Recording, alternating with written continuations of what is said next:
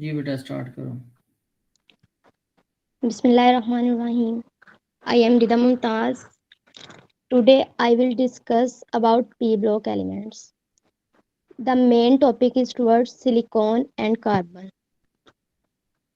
Carbon और silicon को क्रिस्टलोजेंस कहा जाता है क्योंकि जब ये किसी दूसरे एलिमेंट के साथ रिएक्ट करते हैं या फिर इंटरेक्शन करते हैं तो जो प्रोडक्ट ऑब्टेन होती है वो क्रिस्टल प्रोड्यूसिंग होती है, मीन्स के क्रिस्टल बनते हैं। इन्हें क्रिस्टलोजेंस इसलिए कहा जाता है क्योंकि जब प्रोडक्ट बनते हैं इनकी इंटरेक्शन से तो उनके अंदर particular arrangement of constituent atoms और आयंस होते हैं, सो दे आर कॉल्ड क्रिस्टलोजेंस। अब हम कार्बन के दूसरे एलिमेंट के साथ कॉम्बिनेशन को स्टार्ट करते हैं। First of all we will discuss carbides. The binary compounds of carbon with elements which are more electropositive or less or similar electronegative than carbon are called carbides. Means के carbon की उन elements के साथ combination या interaction जो carbon से कम electronegative है, means जिनकी इलेक्ट्रोनेगेटिविटी कार्बन से कम है या फिर कार्बन के इक्वल है, वो कार्बाइड्स बनाएंगे। जिनकी इलेक्ट्रोनेगेटिविटी कार्बन से ज़्यादा होगी, means nitrogen, phosphorus, oxygen and sulphur और हैलोजेंस, इनकी इलेक्ट्रोनेगेटिविटी कार्बन से ज़्यादा होती है, इसलिए ये कार्बन के साथ कंपाउंड नहीं बनाएंगे, मीन्स के बाइनरी कंपाउंड इनके नहीं बनेंगे। और वो एलिमेंट्स जो कार्बन के साथ कंपाउंड्स बनाते हैं उनमें है कैल्शियम और सिलिकॉन। कैल्शियम कार्बन के साथ रिएक्ट करके आयनिक कार्बाइड बनाएगा और सिलिकॉन कार्बन के साथ इंटरेक्ट करके सिलिकॉन कार्बाइड बनाएगा। Classification of carbides. Carbides are classified on the basis of bond nature between the carbon and the other element. Carbides different types के होते हैं, इनकी क्लासिफिकेशन की गई है बॉन्ड नेचर पे, मीन्स के इलेक्ट्रॉन का कंप्लीट ट्रांसफर हो रहा है कार्बन और दूसरे एलिमेंट के दरमियान या फिर शेयरिंग ऑफ इलेक्ट्रॉन हो रही है। इस बेस पे कार्बन की क्लासिफिकेशन की गई है 3 क्लास में: आयनिक कार्बाइड्स, इंटरस्टिशियल कार्बाइड्स जिन्हें मेटेलिक कार्बाइड्स भी कहा जाता है, एंड कोवलेंट कार्बाइड्स। सबसे पहले हम आयनिक कार्बाइड्स की बात करेंगे। When carbon react with elements of group first, second and third A, ionic carbides are formed. जब group first, second and third A के एलिमेंट्स मीन्स के मेटल कार्बन के साथ रिएक्ट करेंगे तो आयनिक कार्बाइड्स बनेंगे। चूंकि फर्स्ट, सेकंड और थर्ड एलिमेंट्स की इलेक्ट्रोनेगेटिविटी कार्बन से बहुत कम होती है, इलेक्ट्रोपॉजिटिव होते हैं, इसलिए वो कार्बन के साथ आयनिक कार्बाइड्स बनाएंगे। इसी तरह कोइनेज मेटल्स ग्रुप 11 जिसमें कॉपर, सिल्वर एंड गोल्ड आते हैं, कॉइन्स बनाने में यूज होते हैं, कार्बन के साथ इंटरेक्ट करेंगे और आयनिक कार्बाइड्स बनाएंगे।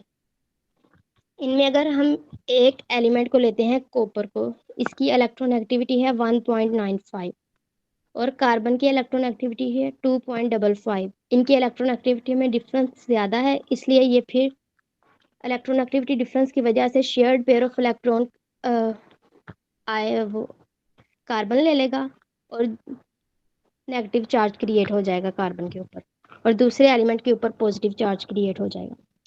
Zinc, cadmium and lanthanides also form carbides when they undergo reaction with carbon. इसी तरह जिंक और कैडमियम भी कार्बन के साथ आयनिक कार्बाइड्स बनाते हैं। इनकी इलेक्ट्रोनेगेटिविटी डिफरेंस कार्बन के साथ बहुत ज़्यादा है, इसीलिए ये फिर आयनिक कार्बाइड्स बनाएंगे।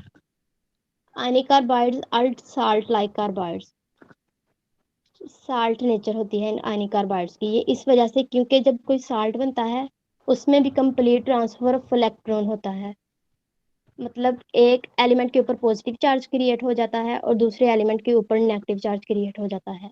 इसी तरह आयनिक कार्बाइड्स में भी यही कंडीशन है कि एक के ऊपर पॉजिटिव और दूसरे के ऊपर नेगेटिव चार्ज होता है, इसलिए इन्हें साल्ट लाइक कार्बाइड्स कहा जाता है। आगे है formation of ionic carbides. Ionic carbides कैसे बनते हैं? Ionic carbides are formed by heating the metal और इट्स ऑक्साइड विद कार्बन और hydrocarbon like acetylene. Ionic carbides दो तरह से बनते हैं, या तो डायरेक्ट मेटल को कार्बन के साथ रिएक्ट करवाया जाए और आयनिक कार्बाइड फॉर्म होगा, और या फिर मेटेलिक ऑक्साइड को हाइड्रोकार्बन से रिएक्ट करवा के आयनिक कार्बाइड बनाएं। सबसे पहले है 2 beryllium plus carbon, beryllium carbide बनेगा which is ionic carbide. Then 2Ag2O plus C2H4 acetylene gives us silver carbide and water. Then there are properties of ionic carbides. These are colorless. ये colourless होते हैं, crystalline solid means कि इनके अंदर particular arrangement of constituent atoms और ion होती है, and non conductor of electricity in the solid, क्योंकि सॉलिड फॉर्म में पॉजिटिव और नेगेटिव एंड आपस में बहुत स्ट्रोंगली बाउंड होते हैं, इसीलिए कोई भी आयन या इलेक्ट्रॉन फ्री नहीं होता कि वो इलेक्ट्रिसिटी को अपने अंदर से पास करने दे। And when they undergo hydrolysis by water और dilute acid produce hydrocarbons such as acetylene. और जब आयनिक कार्बाइड्स को वाटर के साथ रिएक्ट करवाएंगे मीन्स के ये अंडरगो हाइड्रोलाइसिस जाएगा, तो हमारे पास हाइड्रोकार्बन्स प्रोड्यूस होंगे। जैसे ऊपर बताया है, सिल्वर ऑक्साइड जब एसिटाइलिन से रिएक्ट करके सिल्वर कार्बाइड और वाटर बनाएगा। अगर हम इसके रिवर्स में जाएं, सिल्वर कार्बाइड वाटर के साथ रिएक्ट करके एसिटाइलिन बना रहा है। इसी तरह ये एसिटाइलिन हाइड्रोकार्बन है। अब classification of ionic carbides. Ionic carbides की अगर फर्दर क्लासिफिकेशन करें तो इसकी 3 टाइप्स हैं। These are classified on the basis of hydrocarbon which are produced in the result of hydrolysis. Ionic carbides को जब वाटर के साथ रिएक्ट करते हैं, कुछ आयनिक कार्बाइड्स मीथेन बनाते हैं, कुछ एसिटाइलिन्स बनाते हैं और कुछ एलाइलिड्स बनाते हैं। इस बेस पे आयनिक कार्बाइड्स को 3 क्लासेस में डिवाइड किया गया है, मीथेनाइड्स, एसिटाइलिड्स एंड एलाइलिड्स। सबसे पहले मीथेनाइड्स की बात करेंगे। Carbides which form methane when undergo hydrolysis are methanides। के जब कुछ आयनिक कार्बाइड्स को वाटर के साथ रिएक्ट करेंगे तो मीथेन प्रोड्यूस होगी, methane gas. In methanides the carbon anions in C4-, for example beryllium carbide and aluminium carbide. जब एल्यूमिनियम कार्बाइड को 12 वाटर मॉलिक्यूल्स से रिएक्ट करेंगे तो एल्यूमिनियम हाइड्रोक्साइड और 3 मॉलिक्यूल्स ऑफ मीथेन प्रोड्यूस होंगे। इसी तरह जब बेरिलियम कार्बाइड को वाटर के साथ रिएक्ट करेंगे तो बेरिलियम हाइड्रोक्साइड और 1 मॉलिक्यूल ऑफ मीथेन प्रोड्यूस होगा। ये एग्जांपल्स होगी मीथेनाइड्स की, मतलब जो आयनिक कार्बाइड वाटर के साथ रिएक्ट करके मीथेन प्रोड्यूस करते हैं। Then acetylides. Carbides which form acetylene on hydrolysis are called acetylines। Means के जोन से कार्बाइड्स वाटर के साथ रिएक्ट करके एसिटाइलिन या फिर C2H2 प्रोड्यूस करें, उन्हें एसिटाइलिड्स कहा जाता है। इसमें 2 एग्जांपल्स हैं, calcium carbide and magnesium carbide. Calcium carbide plus 2 water molecule gives us calcium hydroxide and acetylene. Similarly, magnesium carbide plus 2 water gives us magnesium hydroxide and acetylene. ये एग्जांपल्स हैं एसिटाइलिड्स की, मीन्स के वो कार्बाइड जो water के साथ react करें और एसिटाइलिन प्रोड्यूस करें। Then is allylids. Magnesium carbide, which is formed when magnesium carbide is heated and is believed to contain C3 4- ions and yield allyl। Mg2C3 तब बनता है जब Mgc2 को हीट किया जाए और C3 4- आयंस क्रिएट होते हैं इसे हीट करने से। अब रिएक्शन की तरफ अगर हम मूव करें तो Mg2C3 plus 4 water gives us 2 Mg hydroxide plus 3 C3H4। जब मैग्नीशियम कार्बाइड को 4 वाटर मॉलिक्यूल्स के साथ कंबाइन करेंगे या रिएक्शन करवाएंगे तो मैग्नीशियम हाइड्रोक्साइड और एलाइल लीड्स प्रोड्यूस होंगी। ये एग्जांपल है एलाइल लीड्स की। The ionic carbides possess ionic lattice in which the metallic cations are packed into cavities between the carbon anions, e.g. C4-, C22- and C34-। जैसे हमने क्लथरेट compounds में पढ़ा था कि इनमें होस्ट गेस्ट रिलेशनशिप होता है। मीन्स के एक element as a host treat करता है और दूसरा एज अ गेस्ट ट्रीट करता है। जो होस्ट एलिमेंट होता है उसके अंदर कैविटीज होती हैं जिसमें गेस्ट का मॉलिक्यूल या एलिमेंट ऑक्यूपाई करता है वो स्पेस। इसी तरह आयनिक कार्बाइड्स में भी कैविटीज होती हैं जिसमें जो मेटेलिक एलिमेंट जो कि कार्बन के साथ कंबाइन करके कार्बाइड बनाता है उन कैविटीज को फिल करते हैं तो कार्बाइड बन जाता है। Second class of carbides is interstitial carbides, which are also called metallic carbides. Interstitial carbides are formed by many transition metals and they are quite similar to interstitial hydrides. For example, they are non-stoichiometric.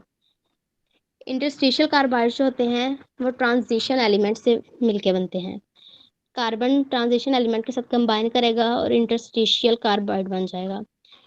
ये same interstitial hydrides की तरह होते हैं क्योंकि वो भी non स्टिकोमेट्रिक होते हैं और ये भी नॉन स्टिकोमेट्रिक, जैसा कि क्लथरेट कंपाउंड भी नॉन स्टिकोमेट्रिक होते हैं। ये इसलिए क्योंकि उनके दरमियान भी होस्ट गेस्ट रिलेशनशिप होता है और इनके दरमियान कार्बाइड्स के दरमियान में भी होस्ट गेस्ट रिलेशनशिप होता है। और ये ज़रूरी नहीं कि जो होस्ट के अंदर कैविटीज़ हों वो कम्प्लीटली फिल हो जाए। कुछ कैविटीज़ फिल होती हैं, कुछ बच जाती हैं कुछ कंपाउंड्स में, इसलिए ये रेशो सेम नहीं रहती हर कंपाउंड में, तो ये इन्हें नॉन स्टिकोमेट्रिक कहा जाता है। आयनिक कार्बाइड्स में हमने पढ़ा कि जो कार्बन के आयंस होते हैं वो होस्ट के तौर पे एक्ट करते हैं और जो दूसरे एलिमेंट होते हैं मेटल्स होते हैं वो गेस्ट के तौर पे एक्ट करते हैं। इसी तरह इंटरस्टिशियल कार्बाइड्स में जो ट्रांजिशन एलिमेंट जो कि कार्बन के साथ कंबाइन करने जा रहा है वो होस्ट के तौर पे एक्ट करेगा और कार्बन गेस्ट के तौर पे एक्ट करेगा। Those transition element which have atomic radii greater than 130 picometer or 1.3 angstrom form interstitial carbides. Transition element host के तौर पे एक्ट कर रहा है इसलिए ये ज़रूरी है कि इसकी कैविटी का साइज 130 पिकोमीटर होना चाहिए। अगर 130 पिकोमीटर से साइज इसका ज़्यादा होता है या इससे कम होता है तो वो फिर इंटरस्टिशियल कार्बाइड्स नहीं बनाएगा। They allow the carbon atom to enter the octahedral holes of the cubic close packing of metal lattice without distorting the lattice. वो कह रहा है कि अगर ट्रांजिशन एलिमेंट्स की कैविटी का साइज 130 पिकोमीटर है तो ये कार्बन एटम्स जो कि इंटरस्टिशियल कार्बाइड बनाएगा उसे अलो करेगा कि इसकी कैविटीज को फिल करे विदाउट डिस्टोर्टिंग द लैटिस, इसके स्ट्रक्चर को खराब किए हुए है। For example titanium carbide, tungsten carbide and manganese carbide, ये तीनों ऐसे कार्बाइड्स हैं जो कि इंटरस्टिशियल कार्बाइड्स बनाते हैं। If the atomic radii is less than 130 picometer, the lattice get distorted. अगर ट्रांजिशन एलिमेंट का रेडियस 130 पिकोमीटर से कम होगा तो लैटिस डिस्टोर्ट हो जाएगा क्योंकि कार्बन एटम का साइज इसके मुताबिक नहीं होगा और वो सही तरह से उन कैविटीज को फिल नहीं कर पाएगा। They are also called metallic carbides और इन्हें मेटेलिक कार्बाइड्स भी कहा जाता है। Following are some properties of interstitial carbides or metallic carbides. They have lustrous appearance and have high electric conductance. इनकी जो सरफेस होती है वो शाइनी सी होती है इसलिए हम कहते हैं कि इनकी लस्ट्रस अपीयरेंस है, चमकदार।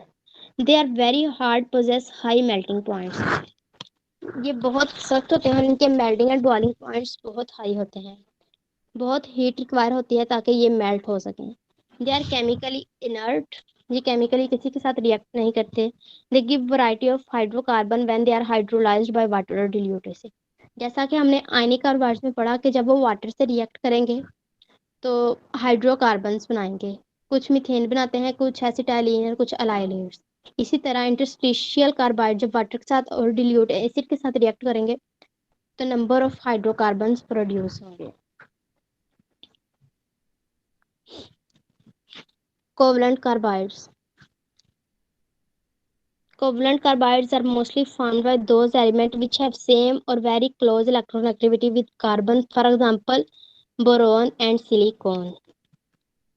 कोवलेंट कार्बाइड्स वो एलिमेंट बनाएंगे जिनकी इलेक्ट्रॉन या तो कार्बन की जितनी है या फिर कार्बन से कम है, थोड़ा बहुत फर्क है। For example boron and silicon. These two B4C and silicon carbide are the most typical example of covalent carbides. Boron carbide और सिलिकॉन कार्बाइड कोवलेंट कार्बाइड्स के एग्जाम्पल हैं, क्योंकि बोरोन और सिलिकॉन की इलेक्ट्रॉन कार्बन से इक्वल है या फिर कुछ कम है, इसलिए ये फिर कोवलेंट कार्बाइड्स बनाएंगे जिसमें ना तो इलेक्ट्रॉन का कंप्लीट ट्रांसफर होगा और ना एक्सेप्टेंस होगी और ना ही डोनेशन होगी। इसमें sharing of electron between two atom will take place. Silicon carbide is mostly known as carborundum. Silicon carbide को कार्बोरंडम भी कहा जाता है। Next is formation of covalent carbide. Covalent carbides कैसे बनते हैं? When the oxide of silicon and boron are reduced with carbon, B4C and SiC are formed. जब silicon oxide को कार्बन से रिएक्ट करेंगे तो सिलिकॉन कार्बाइड बनेगा, और जब बोरोन ऑक्साइड को कार्बन से रिएक्ट करेंगे तो बोरोन कार्बाइड बनेगा। First is silicon oxide, SiO2 plus 3 carbon, silicon carbide plus 2 carbon monoxide के molecules. Similarly, 2 boron oxide plus 7 carbon plus boron gives us boron carbide and 6 carbon monoxide.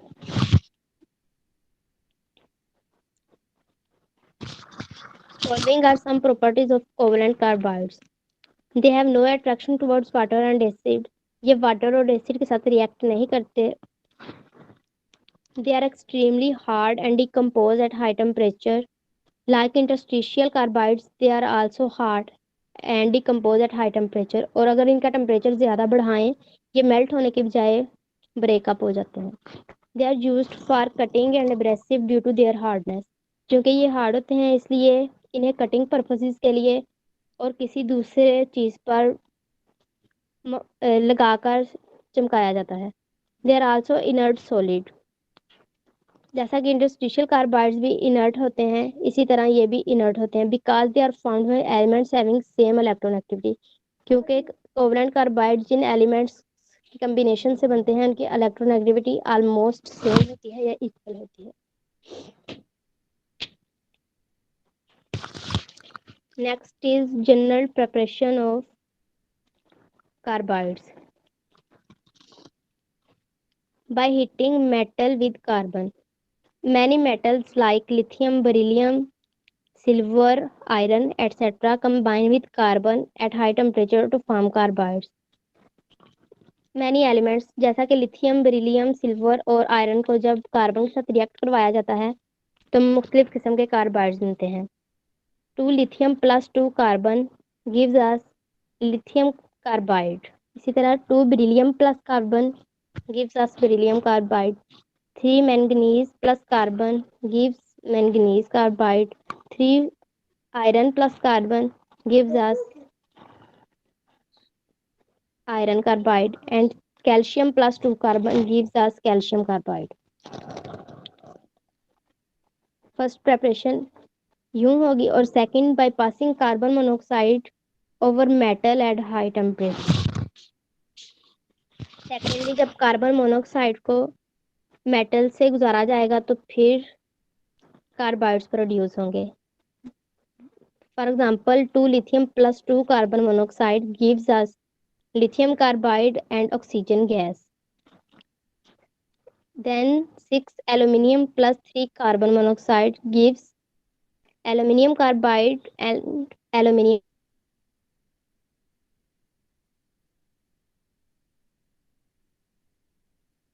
Oxide.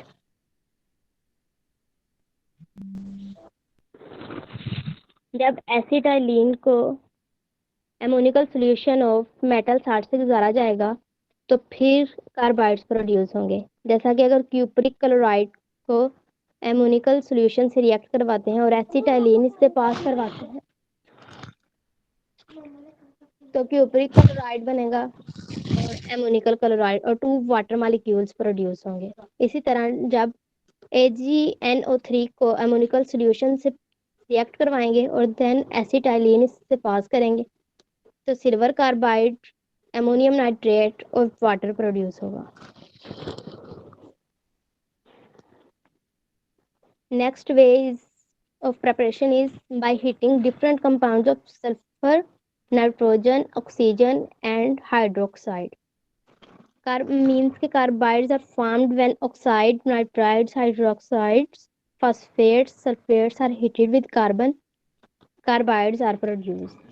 जब magnesium oxide को carbon से react करवाएंगे magnesium carbide और carbon monoxide produce होगा।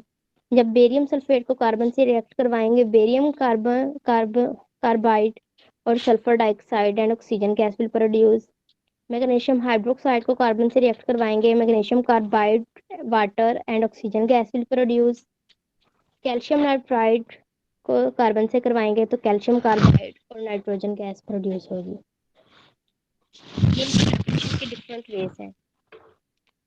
Next इनकी physical properties आ जाती हैं। They are crystalline solid means के जब किसी दूसरे एलिमेंट के साथ कार्बन रिएक्ट करेगा तो क्रिस्टलाइन सॉलिड होगा जिसमें particular arrangement of constituent atoms और आयंस होगी। They are insulator in most cases they do not conduct electricity. For example in ionic carbides जब वो सॉलिड फॉर्म में होंगे तो इंसुलेटर होंगे, उनमें से इलेक्ट्रिसिटी पास नहीं करेगी। Then chemical properties of carbides. Ionic carbides undergo hydrolysis and form different type of hydrocarbons. जब इनकी वाटर के साथ रिएक्शन करवाएंगे तो different type of hydrocarbons produce होंगे। जैसा कि हमने आयनिक कार्बाइड्स में पढ़ा कि मुख्तलिफ कार्बाइड वाटर के साथ रिएक्ट कर रहे हैं और कुछ में मीथेन प्रोड्यूस हो रही है, कुछ में एसिटाइलिन और कुछ में एलाइलेट्स which are hydrocarbons. There are some carbides which are explosive in nature like the carbide of uranium, copper, gold and mercury. कुछ एलिमेंट्स जब कार्बन के साथ रिएक्ट करेंगे तो जो कंपाउंड बनेगा वो एक्सप्लोसिव होगा। When these carbides are stroked, they emit spark even when they are powered quickly. जब कुछ कार्बाइड्स को किसी जगह पर रगड़ा जाएगा तो स्पार्क प्रोड्यूस होगा। Alkaline metals carbide are soft while the other are hard. Some of them are so hard that they can scratch the glass like the beryllium carbide. कुछ कार्बाइड्स इतने हार्ड होते हैं कि वो ग्लास को scratch कर देते हैं जैसा कि beryllium carbide is so hard. Alkali and alkaline earth metal carbides are colorless while other carbides are colored. Alkali and alkaline earth metal जब कार्बन के साथ रिएक्ट करेंगे तो आयनिक कार्बाइड्स बनेगा विच आर कलरलेस जैसा कि हमने ऊपर पढ़ा। और जबकि दूसरे carbides interstitial carbides and covalent carbides are colour की फॉर्म में होते हैं। Uses of carbides. Calcium carbide is used in the preparation of acetylene. Calcium carbide acetylene को बनाने में काम आता है। जैसे आयनिक कार्बाइड्स में हमने पढ़ा। Silicon carbide is very hard and used as abrasive in grinding, polishing and drilling.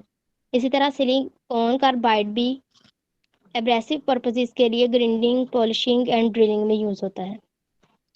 Boron carbide is used as abrasive and as shield against the radiation. Boron carbide में कैपेसिटी होती है कि ये रेडिएशन को अपने अंदर एब्जॉर्ब कर ले, इसलिए ये शील्ड के तौर पे इस्तेमाल होता है रेडिएशन के खिलाफ। Tungsten carbide is used for cutting tools and point of ball point pens. Tungsten carbide भी कटिंग पर्पसेस के लिए इस्तेमाल होता है और ये जो बॉल पेन्स हम यूज करते हैं इनका जो सिक्का होता है वो भी टंगस्टन कार्बाइड का बना होता है। That was my presentation. If any question. जी बेटा, किसी का कोई क्वेश्चन है? No, sir.